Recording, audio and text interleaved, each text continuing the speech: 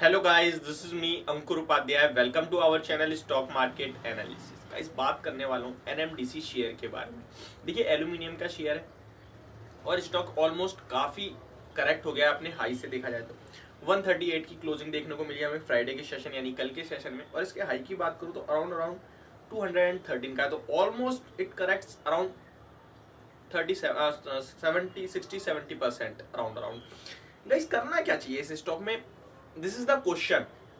देखिए, after long time हम सभी ने एक मूव अपसाइड की तरफ आता हुआ दिखा था, जो कि डिविडेंड के रूप में आया था। 9 रुपए का डिविडेंड था स्टॉक का, मुझे अच्छी तरह याद है, जहां पे मैंने आप सभी को 145 टू 150 के टारगेट्स भी दिए थे, बट स्टॉक वहां तक पहुंचा फिर डाउन हो गया। देखिए, ये मेटल पूरा मेटल साइकिल ही कहीं ना कहीं मुझे जो देखने को मिल रहा है एक रेंज बाउंड हो गया है काफी ज्यादा। काफी टाइम से ये मतलब नेगेटिव रिटर्न्स के साथ काम करते हुए दिख रहे हैं हम सभी को।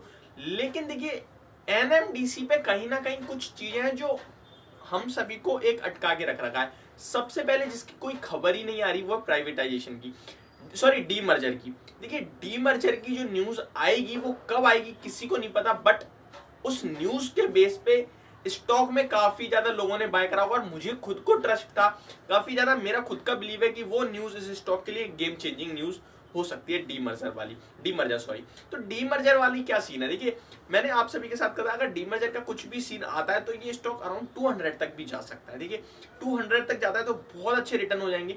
और ये अराउंड सितंबर अक्टूबर से मैंने आप सभी के साथ डीमर्जर की न्यूज शेयर कर रखी है और न्यूज मार्केट में भी है, बट कोई डिटेल सामने नहीं आ रही। रिजल्ट आ रहे हैं, डिटेल सामने नहीं आ रही। देखिए, कब होगा किसी को नहीं पता। वैल्यूएशन वाइज अगर आप देखने जाओगे इस स्टॉक को तो आपको दिखेगा 3 के पीई पे शेयर ट्रेड करता है। 40,000 करोड़ का मार्केट कैप है। अगर मैं इसकी सेल्स डिविडेंड यील्ड देखिए, डिविडेंड यील्ड शानदार हो गई है, मतलब सॉरी, डिविडेंड यील्ड अगर आप देखोगे तो एक साल में देखिए वही वाला सीन पड़ रहा है कि जो शेयर डिविडेंड हैवी दे रहे हैं ना वो ग्रोथ स्टॉक तो होते नहीं है, तो हम सभी को पता है। तो काफी ज्यादा नीच मतलब रिटर्न नहीं देके बना के दे रहे हैं, आपको डिविडेंड दे रहे हैं वहां से माइनस कर दे रहे हैं। अभी डिविडेंड यील्ड 12% की होगी। अब एक साल में आपको 12% तो डिविडेंड आना है, बट स्टॉक 20% करेक्ट हो जाए तो आप तो ओवरऑल 8% माइनस हो। बट वही है कि काफी लोगों का मानना होता है कि stock will come back in one day. अभी मैं आपको इसकी सेल्स के बारे में बताऊं तो 15,000 करोड़ की सेल्स है, 40,000 करोड़ का मार्केट कैप। पैट की बात करूं तो FY20 में 3600 का पैट था, जो बढ़ के डबल के करीब हो गया 62,000 करोड़ का। तो आप सभी देख रहे हो कि पैट डबल हो गया, profit after tax. Return on equity, return on capital employ दोनों अच्छा है। रिटर्न ऑन इक्विटी की बात करें तो 21% का है, रिटर्न ऑन कैपिटल एम्प्लॉय की बात करें 29% का है। वैल्यूएशन काफी सस्ते हैं कंपनी के।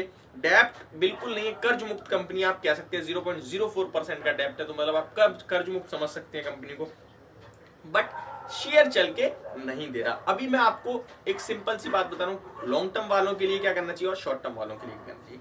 लॉन्ग टर्म वाले इसे छोड़ दें अभी मेरे हिसाब से।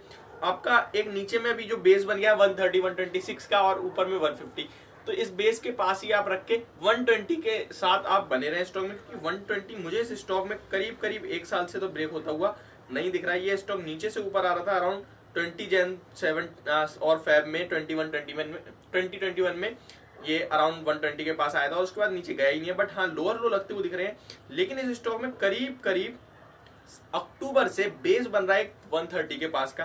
तो ये बेस के अगर नीचे आप ये मान के चलो अगर 126 125 के नीचे क्लोजिंग आती है तो ये स्टॉक में एक बड़ी गिरावट आ सकती है, क्योंकि फिर ये जो रेंज है ना, जो एक बॉक्स बन रहा है स्टॉक में, आप अगर चार्ट खोल के देंगे तो एक बॉक्स बनेगा आपको 150 ऊपर में और 125 नीचे में। ये बॉक्स के ऊपर जिधर भी निकलेगा ना, आपको 10% का मिनिमम मूव देखने को मिलेगा। तो अभी अगर आप एक ट्रेडर है, पोजिशनल बायर है, अगर पोजिशनल यानी मीडियम टर्म यानी 1 महीना 3 महीना आप बाय करना चाहते हैं तो 138 पे स्टॉक है। आपको अगर ये स्टॉक जैसे आज का लो था इसका, कल का मतलब 135 का, तो 135 130 के अराउंड मिले ना किसी भी फॉल में, आप खरीद लो इसे 126 यानी 4 रुपए के एसएल से। आपका 12 रुपए का टारगेट हो जाएगा 142 का। तो ये आप इसमें स्ट्रेटेजी फॉलो कर सकते हैं। इस लेवल पे मुझे बाइंग या सेलिंग की कोई मतलब नहीं बनता। अगर यहाँ बाय करना है तो 135 का ही एसएल रख के 145 के टारगेट के लिए बाय करो। बट हाँ, अगर कोई इसकी रेंज पे ले करेगा तो वो that is much better opportunity और दैट इज मच बेटर एक आप सभी के सामने स्ट्रेटेजी हो सकती है तो वो बनाने की सलाह होगी। अदरवाइज लॉन्ग टर्म वाले डीमर्जर तक मेरे हिसाब से रुकना चाहिए, डिविडेंड से भी सेटिस्फाई रहना चाहिए उन्हें। स्टॉक करेक्ट होता जा रहा है, 100 रुपए का इसका 52 वीक लो भी है, वहीं के आसपास स्टॉक कहीं ना चला जाए, अगर 120 कहीं ना करें करेक्ट हुआ तो वहां जा सकता है, बट मेरी अभी होल्ड करने की सलाह होगी। फ्रेश एंट्री मैंने आपको बताया, डिप पे बाय करने की सलाह होगी। टारगेट और स्टॉप लॉस आपको समझा दिया। होप आप सभी को वीडियो समझ में आई होगी और पसंद भी। तो thank you so much for watching this video. Have a good day.